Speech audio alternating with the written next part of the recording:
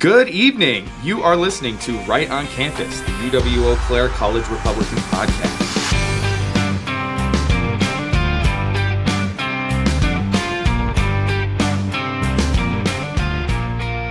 Good evening. You're listening to Right on Campus, the UW-Eau Claire College Republican podcast. As always, I'm Ryan, the Vice Chair of UWEC College Republicans. I'm here with my co-host and working partner, Tatiana, the President of UWEC College Republicans. Tonight, we'll be discussing transgenderism writ large with a couple main topics. One being Jeffrey Marsh's campus appearance on Tuesday, the election of the first transgender person to Congress, and the broader cultural debate surrounding transgenderism. So first, I just wanted to start with Jeffrey Marsh's campus appearance. So for a little bit of background, Jeffrey Marsh, he's this prominent LGBTQ activist who spoke on campus on Tuesday. A little bit of background on Marsh. He is known for this TikTok advocacy. He really broke out on TikTok. And the controversy around him comes with his kid-tailored content, children-tailored content. He speaks to the kids through the phone, So I just wanted to start with a question for you because you were able to attend the event. Yes. So would you just give us a little bit of a recap and what you thought? Yeah, it was a very interesting event. Really? I would imagine. Yeah.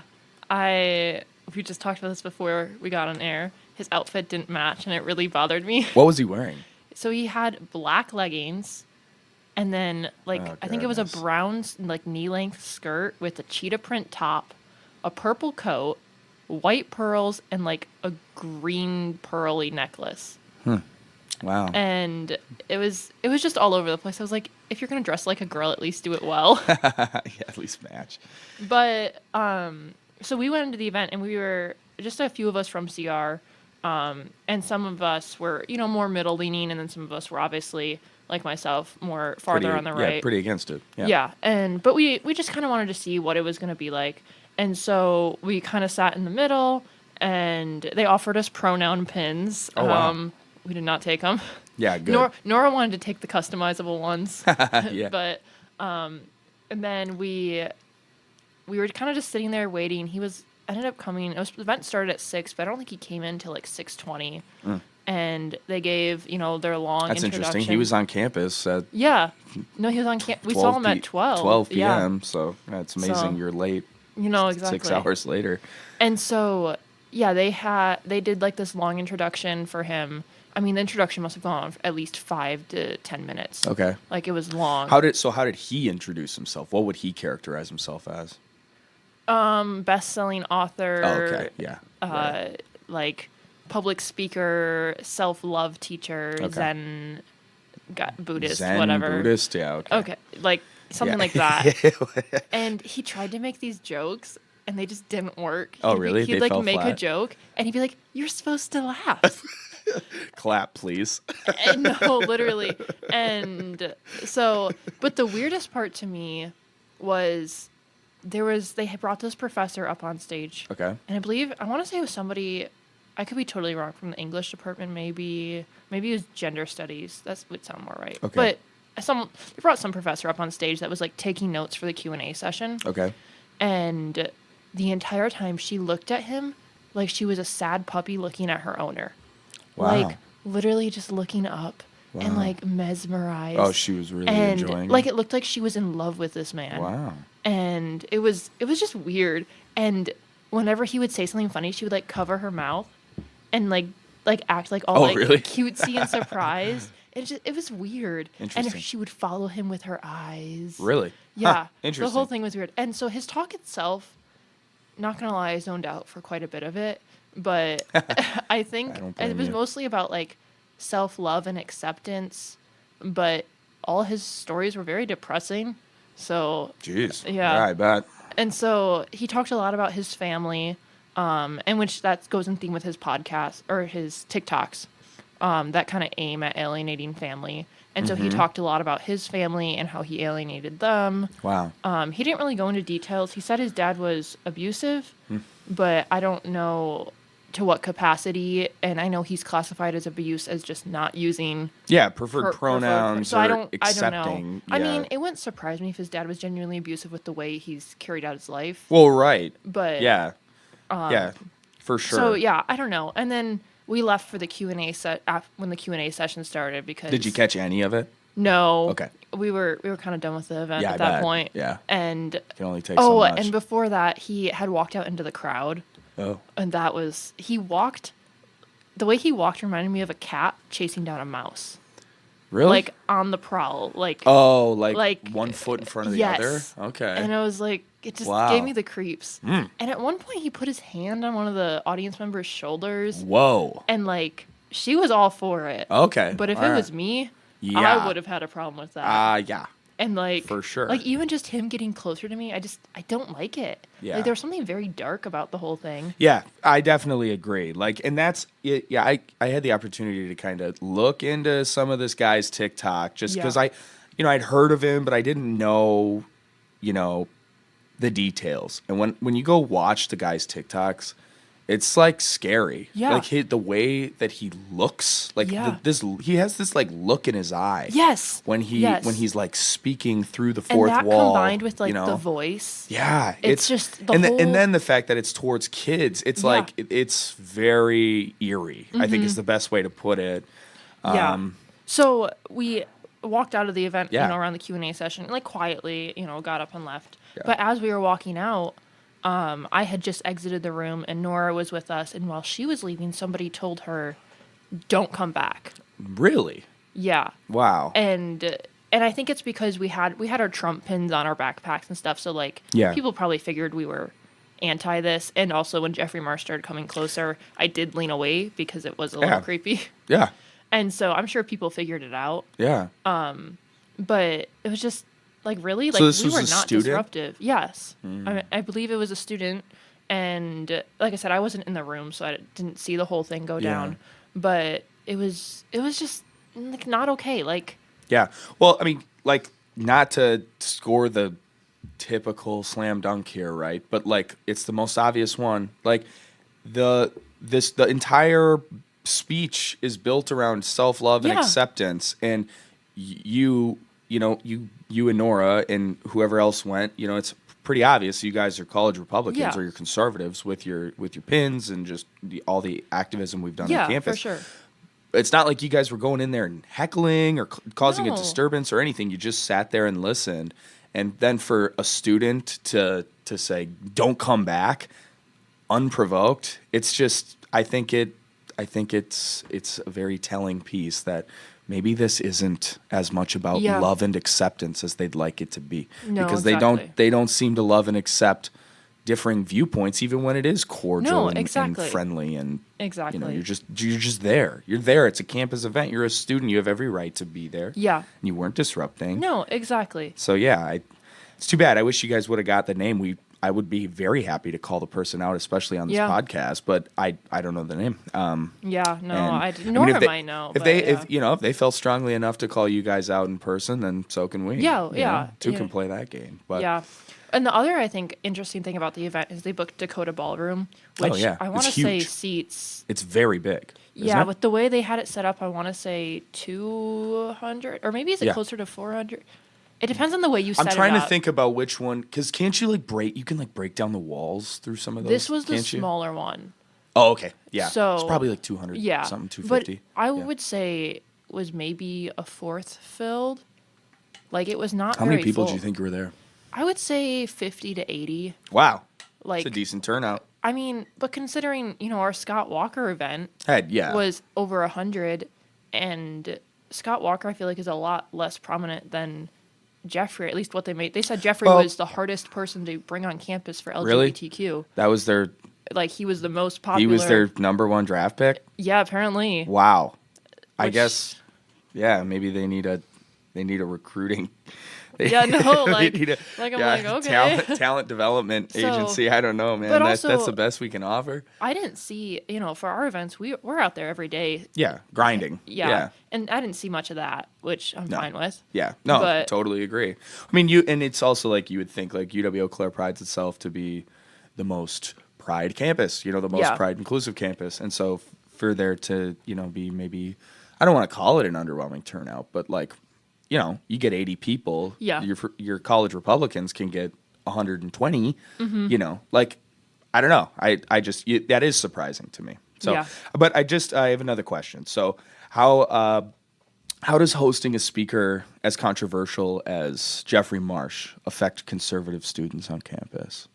I mean, with Jeffrey Marsh, like we kind of talked about earlier, it was kind of just creepy and dark in a sense. Right. And we had a lot of students express that to us. We tabled that day, and we had like 8 students or so table with us. Oh, wow. It was really, really nice. But we ended up after tabling just kind of sitting around talking. Mm-hmm. And a lot of them were just kind of like, this is just so creepy. Yeah. And just like, why, Yeah. But I mean, at the same time, none of us, we had the conversation of, do we go there and do we protest it? Yeah. And, our board kind of decided, like, he has the right to be here, unfortunately. Yeah. As much as we don't like that. Yeah. And, so I think conservatives seem to acknowledge that people have the right to be there, but they also were very uncomfortable with it. Yeah. No, that's a great answer.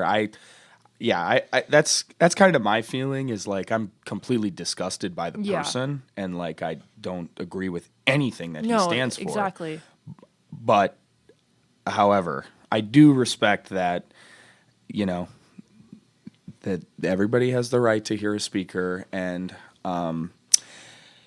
so I think this does lead me into another aspect of, speakers on college campuses, which is like what would the reaction be on UW Eau Claire's campus to maybe a equally controversial conservative speaker like to the left? So like a Tucker Carlson, a Matt Walsh, and Alex Jones. These are in their eyes are very, very controversial people.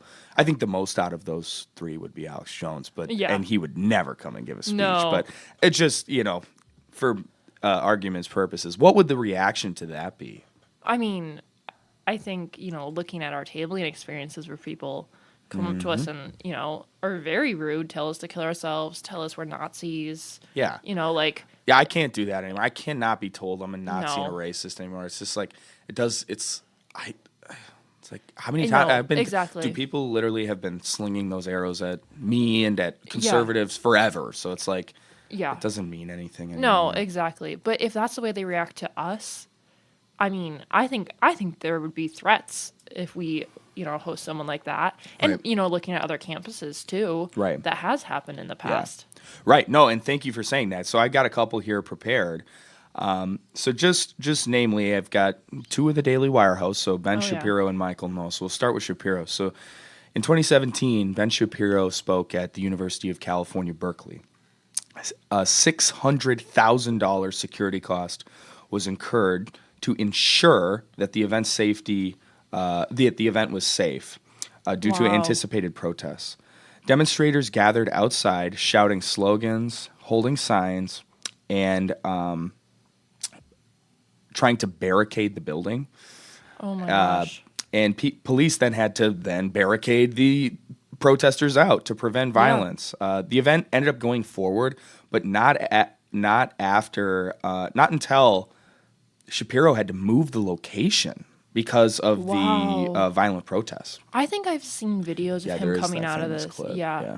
And what's interesting, you brought up Shapiro too, because Shapiro was down in Madison last year. Yeah, and my mom went to that. Oh, really? And surprisingly, she said that it wasn't crazy. She's like, you had your group of protesters, and she's like, and there was police, but she's like, I waited outside in line for a long time and didn't have anything violent occur. Mm-hmm. But she's like, but you could tell there was a lot of preparation. Yeah, for sure. Well, like with Shapiro specifically, 2017 here, I'm going to talk about another one in 2016. Like that was like when Ben was the most controversial. Yeah. When he was making his meteoric rise and he was so controversial. And I feel like now he's like far more mainstream. Yeah. And like everybody listens to Ben. No, that's true. Or has listened to Ben. So it's like, and people can respect his opinion. So I think there's less of maybe a violent reaction than there used to be. But well, I also think it depends on who's president.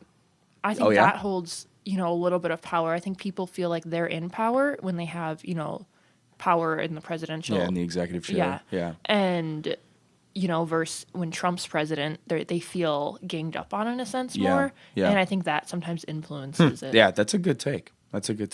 Well, then, Shapiro went in 2016 to California State University at Los Angeles, and Shapiro's speech was titled "When Diversity Becomes a Problem," and this faced very intense backlash. Oh, I'm sure. Protesters blockaded entrances to the venue and prevented hundreds of people from not being able to enter. Wow! And then they went and pulled the fire alarms to try and disrupt the event. That's highly illegal. Oh, for sure, and super unethical. I hope they got in trouble for that. I should have looked into that, but I doubt it. Yeah. I doubt it. Well, and they probably just, air quotes here, couldn't find the person or something. Oh my gosh, yeah. Know? And I think the list goes on and on too for how many conservative speakers there are that have been harassed, Yeah.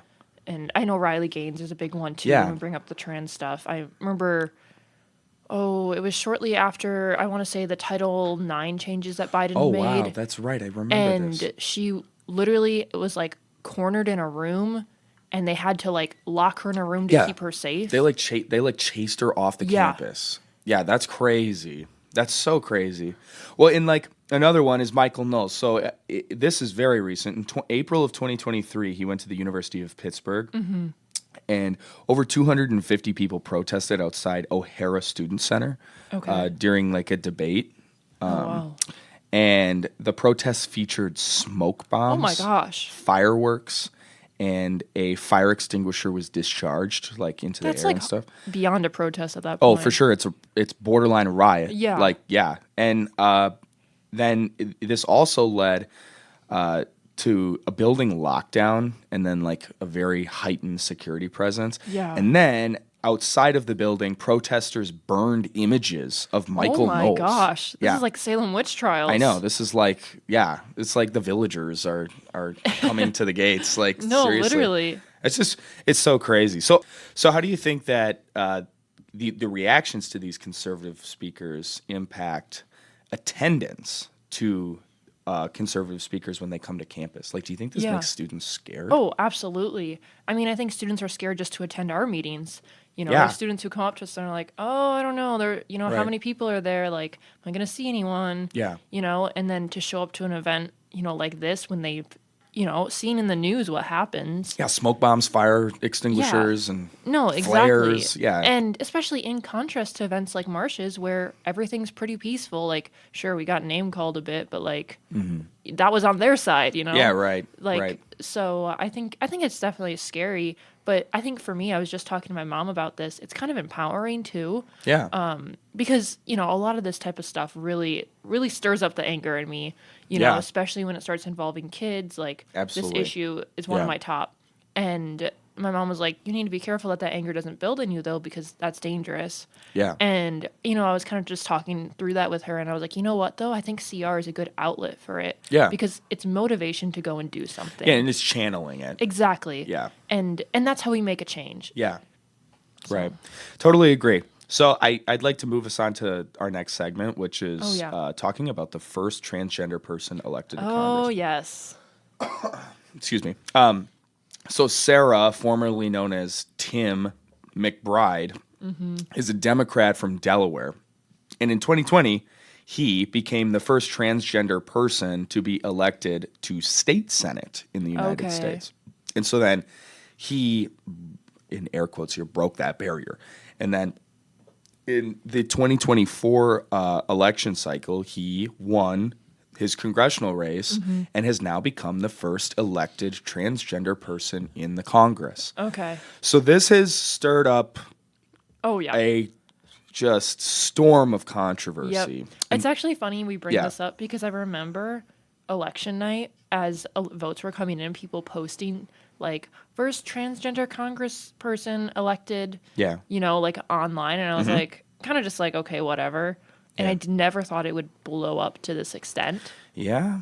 And so it's kind of, especially because I feel like Republicans in Congress don't push back enough. Oh my God. I mean, don't we could go on even and get me on. started about that. Yeah, I'm already nervous about our next 4 years. Yeah, no, it's for just sure. amazing. But we'll get into this. But so it started with Representative from South Carolina, Nancy Mace. So Yes. earlier this week, Representative Nancy Mace, she introduced a resolution that would ban transgender women, transgender people from or whatever. I don't know. This gets so confusing. No, from using female restrooms in the Capitol. So, no men can use women's bathrooms. Yeah, you have to use your biologically assigned. Yeah, the translation there. She took to X and said, quote, "Biological men do not belong in private women's spaces. Period. Full stop. End of story." Dang, that's good. Yeah, no, it's very pointed and it's true and The it's fact what that you we need have to say that though, it's just it's crazy so to me. tiresome. Yeah. Well, and so this, this has started this huge storm of fighting and it prompted Speaker of the House Mike Johnson to also release a statement. So he said, quote, all single sex facilities in the Capitol and House office buildings, such as restrooms, changing rooms, and locker rooms, are reserved for individuals of that biological sex. Yes. Wow. Is that so difficult? I know. Wow. It only took him like 5 extra days too, after he made like a wishy-washy comment on it too. Sure. And then, he got pressure and now he said this thing. So it's one of those things that I'm totally with you on. It's like, why is this even difficult for us? And it shouldn't be, because we have a political mandate on this issue. People are with us. I mean, we were talking before we came on air tonight, and it's like, this is like one of 2 major issues that the Democrats are infighting about right now. Yeah. I mean, like, at least a third to a half of their party currently doesn't support this transgender aspect. Did you see AOC took her pronouns out of her bio again on her X Really? account? Wow. And this is the second time she did it. And I think it was the first time she said she was on like an Instagram live or something, and somebody called her out for it, and she goes, "They must have fallen out. I'll make sure to put them back in." And now fallen out. I'm like, what? Wow. Yeah. But post-election, she took them out again. And so, like you said, there's this split there, and people are starting to recognize that this issue is really an issue. You know, it's not just, human rights. They're like, okay, hold up. How far are we going to take this? Yeah, exactly. How far do we let this go? So, I think you obviously have a very unique perspective on this. I can't relate because one reason is that there really aren't a ton of transgender women to men that are coming in at all, and then are coming into men's I wonder why. restrooms and men's sports and stuff. And so as a woman, how does this, whole bathroom debate make you feel? Well, thank you for assuming my gender there. Oh, yeah, sorry. Yeah. But no, this issue makes me, it makes me feel really uncomfortable, very unsafe. I was a former swimmer in high school, and What'd you swim? Long distance. Oh, wow. Yeah. Cool. My mom was a swimmer. Okay. No way. That's so cool. Yeah. So, I mean, since I want to say 5th grade up until sophomore year, I swam. And so I was very used to the locker room changing. And it gets, you get very intimate in a sense. Well, there's no privacy. No, right. And, and you kind of just get used to that. Right. But I would never do that in front of a man. I mean, even absolutely. there's this thing called changing on deck, deck changing, whatever. Okay. And where girls would kind of incognito change on deck because the suits are so hard to get in and out of. Sure. And, but it's very much you don't let anyone see, you absolutely. don't let anyone know. Yeah. And especially because there's guys there. Mm-hmm. And so the whole idea just makes me feel so uncomfortable and just unsafe to know that a guy can walk into my bathroom at any given point. Right. And, on this campus, they allow it. Mm-hmm. And that was one of the things my dad brought up when we were touring. He asked the tour guide, is there going to be men in my daughter's bathroom? Wow, good for him. And it was, just an RA. And she was like, well, anyone can use the bathroom that they prefer, wow. their preferred gender. Mm-hmm. And my dad goes, oh, so my daughter's not going to be safe on your campus. Wow. You know, and he nailed it to it. That's how I found out her family was conservative, because her dad was like, thanks for asking the question we were all thinking. Yeah, real. Yeah, no, I am with you there. And I wanted to highlight something else too, is that we have some of the more aggressive laws against public indecency and exposing yourself to to someone who doesn't want it. Like, if you were to expose yourself, like, as a man to a woman and she didn't want it, you will go on a sex offender registry you will get slapped with nasty fines at minimum, and you could be prosecuted and go to jail. Exactly. And so all of a sudden you get to say that you just are a woman, and then you get to go into the women's bathroom and you get to do what you do in there. No, exactly. And then all these women have no choice whether to look or not, because you're in there. Yeah. You know, you're invading their space. Exactly. And, you know, from the stories I've heard, these men aren't, like, hiding it either. They're just stripping. No, right. Of course they're not. And well, it's like there's so many of these transgender situations where, like, you know, I will say that, you know, there is a conversation to be had about some of the people that go all the way through, and they go through with the surgeries, and there's sometimes there are transgender people, you look at them and you're like, dude, I don't know. Yeah, you know? no, and exactly. but that doesn't change the principle of it. Like, I fully stand on it, but there's like, it always seems to be like some giant 6'5" butch dude who still has chest hair, who's got chest hair, and it's like, and it isn't going to go through any surgeries. He just like it just looks like a giant like linebacker with a dress on. Like, exactly. It's so creepy, and I do not like it at all. Yeah. Right. And you know, and I think, why do we have bathrooms separated in the first place? You know, like, going back to that, we separate it because of the differences in men and women. Mm-hmm. You know, and there are biological differences, and there's a reason for that. Yeah. And I think it also adds to this idea that like there's no such thing as intimacy in our culture anymore. Yeah. And nothing is private. Mm-hmm. And there's almost like this desensitizing stuff going on where, like, oh, well, who cares? I mean, look at the pornography industry blowing up. Yeah.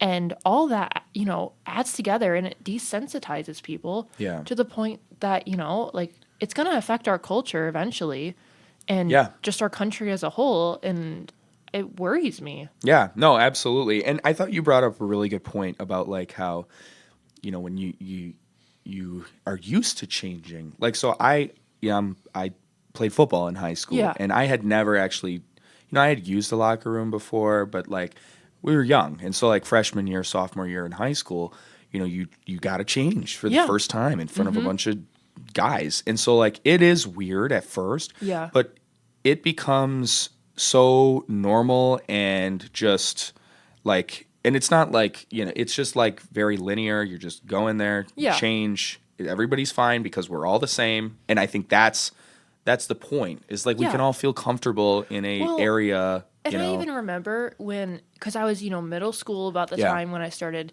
and that's when you're going through puberty changes and stuff. And even that got a little uncomfortable because of that. It wasn't all normal. Yeah. You know, and some people are changing at different rates than others. Yeah, for sure. And there's just this, like, you know, that's when you start to get insecurities and things like that. And so to think about, you know, and those are all girls. Yeah. But if you added a man in there, you know, and a lot of these locker room situations, it's not just one age group. It's not just high schoolers. Yeah. It's the YMCA where there's a 4-year-old girl Planet with her Fitness. mom. Yeah. You know, exactly. Like, yeah. Or even, I mean, 4 years old's a little young still. So, like, let's say, think of like a 10-year-old girl, like an 11-year-old girl with her mom goes to the gym to go, you know, swim around in the YMCA pool. Around 10 is when we started letting my sister change by herself. Yeah. You know, and we'd be like, okay, we'll wait outside. Oh my God, that's literally horrifying to think that somebody could be in there. Yeah, no, now I would never. Yeah. You know, even my sister's in 8th, oh gosh, how old? She's 8th grade now. Yeah. And I would still, if she was, you know, swimming or something in the locker room, I would wait in there with her. How can you not? Like, there's no way I would leave her alone now. Even if she was 20 something, I probably wouldn't leave her alone. Right. And I think that's where like the majority of the public, and we'll, you know, this will be a good segue, but the majority of the public, for better or for worse, they think like, okay, well, when you're 18, I don't really care how you like live your life or whatever. And I personally think that's the wrong take to have. I think it's deeply irresponsible, Oh, and yeah. like you aren't caring about the good of the other person. No, But exactly. I will say that like a lot of people feel this way, but where we're winning big time on this issue is with the kids. And like the moment that you start talking about stuff like this, like even if it is someone who is fully invested in their trans identity, that like if they have male genitalia and they're in your locker room with your daughter, No, like that's not you gonna just happen. can't like No. there's just no way that you can, that these liberal academics are going to be able to study, throw a study at you and No, throw a exactly. meta-analysis at you about why you're actually wrong and trans people need to have. It's like, no, my gut tells me that like my little girl shouldn't be in Yeah. a bathroom Well, with a giant dude. and I think, you So bring up a good point when you say my gut tells me. yeah, It's this biological instinct to exactly. protect your kids from something like that. For sure. Yeah. Totally, for sure. So this leads us to our next and final segment, which is transgenderism compatible with conservative principles? So we've had like a ton of conversation going on about transgenderism, and it always appears very like left and right, like Democrat and Republican. But I think, especially with this Nancy Mace thing, what we've actually seen is that not many conservatives have and Republicans have just like come out and been like, yes, I support, I will Yeah. vote yes. Of course we have to do this. And like there are Republicans out there that think that, maybe we should embrace the novelty of Do you transgenderism. think that's because they like are okay with supporting it, or do you think that's because they're too scared to vote and against it? Straight up, I think that it's feckless. I think that if like you are in, if you are just the average person listening to this podcast and you don't have all of the information and you don't critically think about the political issues, totally fine. You should. Yeah. I think it's your responsibility. I'm into politics. I think Yeah. this stuff matters because it's how our society is functioning, and that matters. But if you don't and you're going to your 9 to 5 job, I can respect that. If you Yeah. are an elected person of Congress and you can't represent the conservative position on this, Yeah. you literally don't deserve your job and No. you need to be primaried and you need to get out. That's my Yeah. opinion. I have a really strong feeling on this. Like Oh, no, we I said get at the that. beginning of this podcast, like why do we even have to talk about this? And like it's so obvious to anybody. I mean, transgender people make up less than 0.5% of the US Yeah. population. So are we really going to uproot and completely destroy the way that 99.5% of the population live, Literally. and feel in private spaces because of, some people that feel differently? Yeah. And that also seem to have like really popped up here in the last Well, the 10 other years. thing too is when it seems like the people who truly are transgender and truly struggle with body dysmorphia and like Yeah, that sure. gender dysphoria and Yeah. stuff, they don't go around in locker rooms just stripping down in front of everyone. They feel very insecure about their body, Right. and they're going to do it very privately. Right. And and I have I still don't love it if there's I'm definitely against any man in a women's locker room. Yeah. But if they truly feel that way and they're hiding it, that's at least a little better. Yeah, I mean, I get the feeling. I'm still not at all supporting totally, it. yeah, totally get At that point, go to a gender neutral bathroom or the family, locker room or whatever. You took the words out of my mouth. That was my response. It's just like if you are seriously struggling with gender dysphoria and this is, what's going on, like, and you don't want to use, you can't use, if you're a man to a woman transgender, you can't go into the men's bathroom because men wouldn't tolerate that. No. And it would get really ugly, like really fast. Yep. And the woman thing is when you go into the women's bathroom, this is why you can get away with it a lot more. Women aren't, as ready to, punch somebody in the face if they, do something wrong, or whatever. Not only are they just scared, but women are just, they're more emotional. Yeah, and right. Compassionate and want to, nice. I guess whatever. And so I don't know. It's just like, yeah. So I feel like if you should be using these family bathrooms and changing rooms, then. No, exactly. But yeah, so a couple highlights on what the conservative positioning needs to be on transgenderism. Yeah. So the first and most obvious reason is that transgenderism just isn't in accordance with truth. Yeah. No, and I mean, the same way something like schizophrenia isn't. Right. Or anorexia. And we don't go around, we don't go around saying like, oh, yes, you're overweight, or oh, yes, I hear the voices too. Yeah.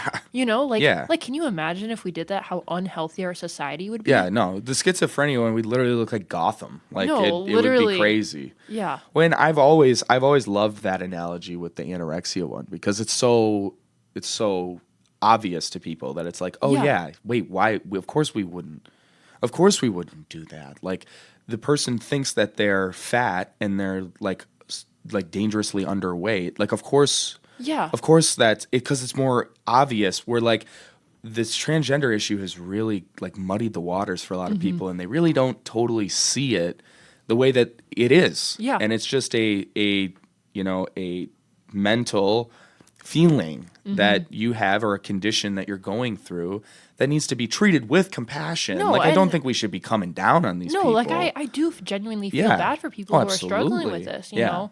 And I think, a lot of people struggle with, body image issues, right, but not necessarily to the extent that they do. Right. And, so you can have compassion, right, and, feel bad and, but without also totally like accepting the behavior or supporting it either. Right. Right. Well, and so there's, as a conservative, there's going to be two things to think about with this: biology and then, theology. Yeah. And so the biology is obvious, X, Y, XX chromosomes, 99% of your DNA, 99.99% of your DNA is going to be gendered male or female. No, exactly. Like your bone structure, it all comes into it. I mean, besides I don't have to just tell the you, male you're and the female, science one. Yeah, so, no. Yeah. I mean, and looking at the hormones too, like when you are producing estrogen versus testosterone, it affects your brain, and then your brain affects the rest of your body. Like it causes this whole cascade to happen. And, it's affecting you in every way possible besides just your genitalia. Yeah, no, exactly. And that, to make it more of like a philosophical or a theological thing, I just wanted to pull. So Genesis 1:27 says, "So God created mankind in his own image. In the image of God, he created them. Male and female, he created them." Amen. And so it's like, I understand that not everybody's Christian and not everybody's religious. And so sometimes this falls a little flat, but I just wanted to highlight the connection between these two, the biology and the theology is you are who you are. You are created.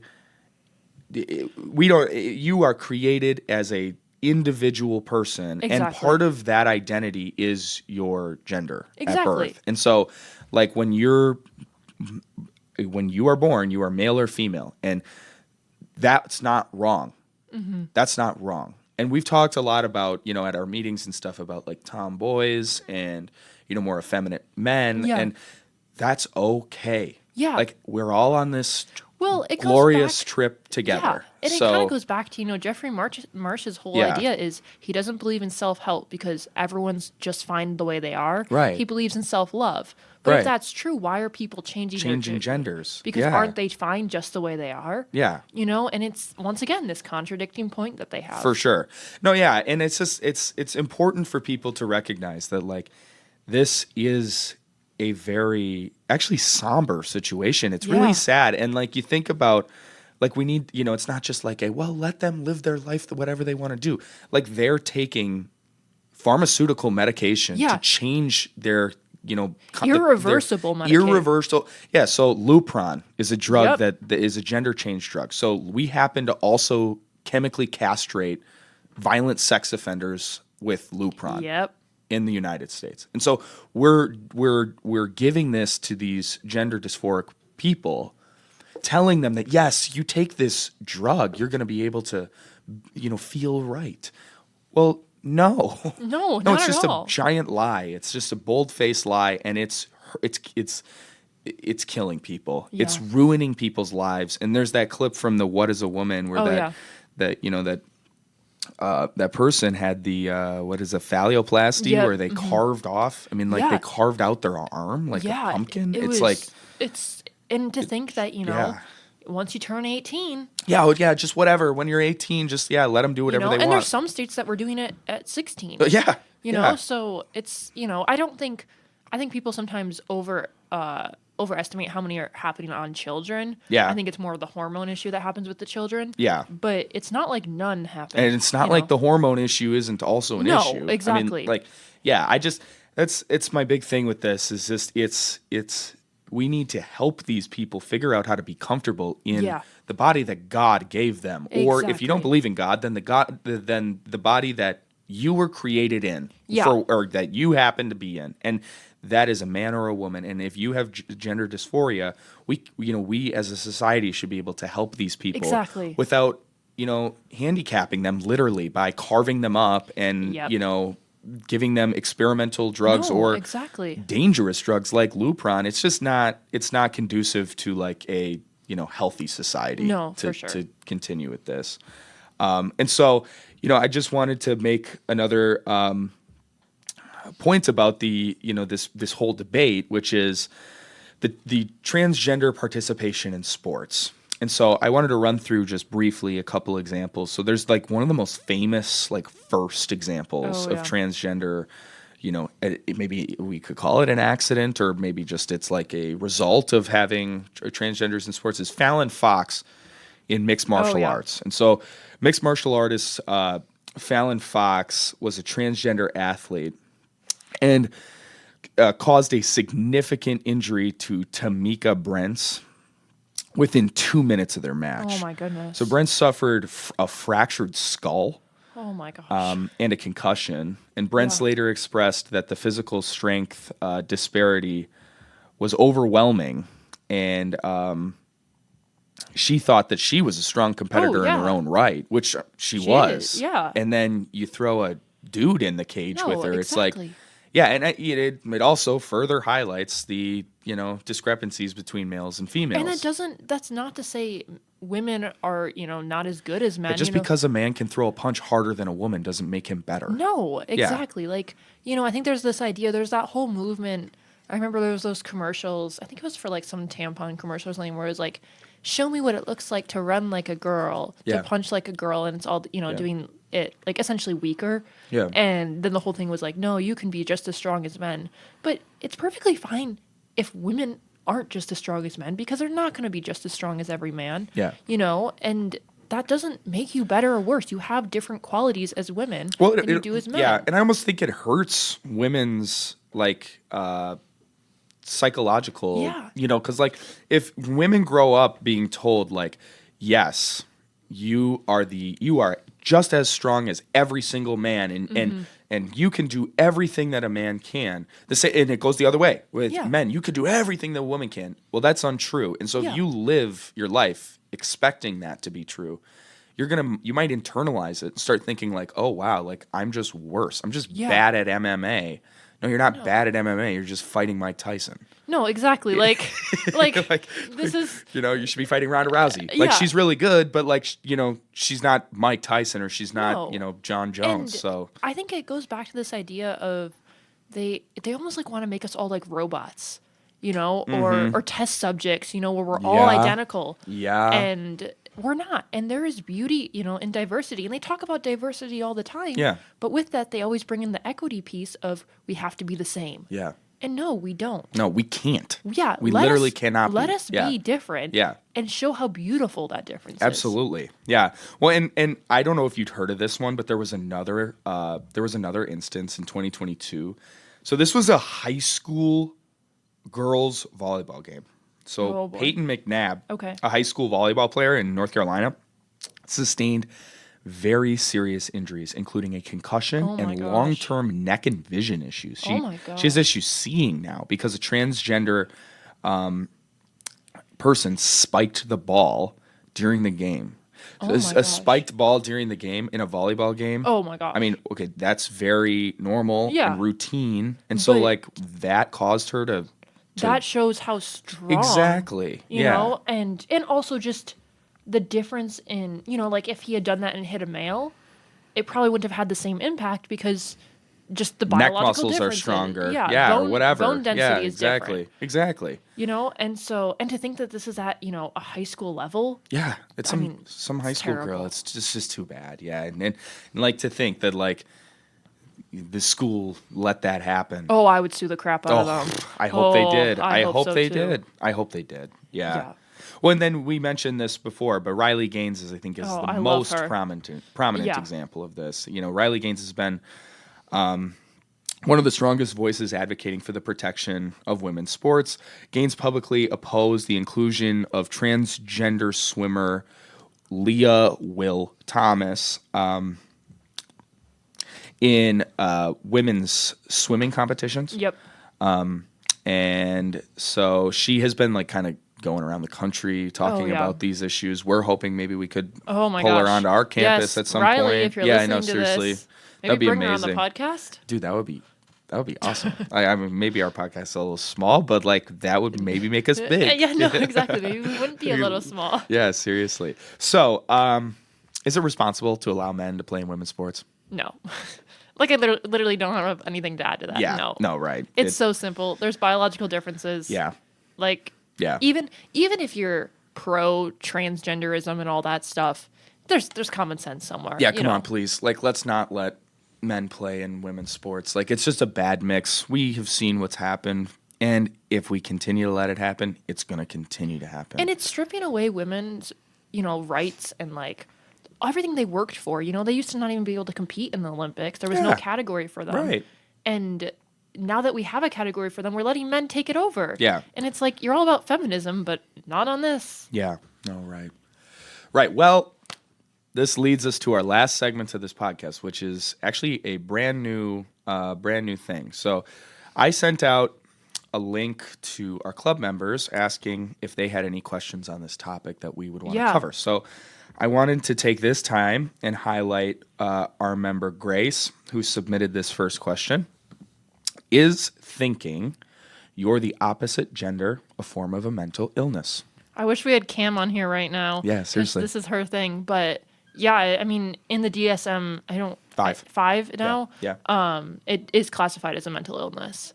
And, you know, we mentioned this earlier. We should be treating it as such with compassion and helping these people. Yeah, totally agree.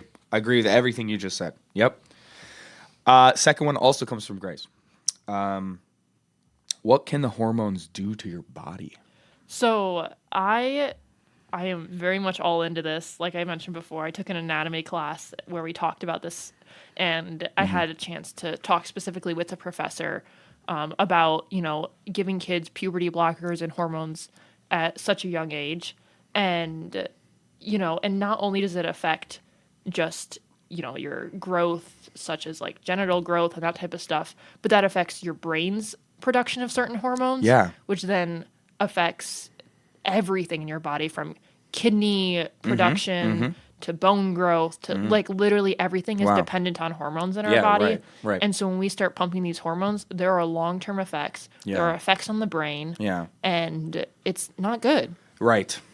All right. Well, I think to wrap up and some closing thoughts is just that this is a very novel issue. Yeah. And I think that conservatives I think you did a great job at highlighting how angry we can get about this and how defensive and protective we can be of the children and of the society with this issue. I think it's important to remember that we need to approach this with compassion and truth. And those two things can work together to Yeah. improve the situation. No, I mean, I think looking, we brought up the Bible earlier. Yeah. But looking at the definition of truth from a biblical perspective. For sure. Or, sorry, a definition of love from a biblical perspective Yep. includes truth and compassion. Yeah. And, all the other things too. Yeah, willing the good of the other. Exactly. Yeah. And if you really love someone, you tell them the truth. Absolutely. And you can do it in a loving way. Absolutely. And, yeah. We're doing these people more of a harm than help. Absolutely. Yeah. Well, great. Thanks for listening tonight. If you want to learn more about UWEC College Republicans, join our meetings on Monday nights in Centennial 1704 at 7 p.m. Follow us on Instagram and Facebook at UWEC College Republicans, and be sure to like, comment, and subscribe if you're watching on YouTube, or favorite and share if you're listening on Spotify. We'll see you next week, where we'll be having our Thanksgiving special episode. Yeah. Have a great night. Thank you for listening to Right on Campus. We post this podcast once a week, where we talk about current events and life as a conservative on campus. Follow us on Instagram and Facebook at UWEC College Republicans. Have a great night, and see you next time.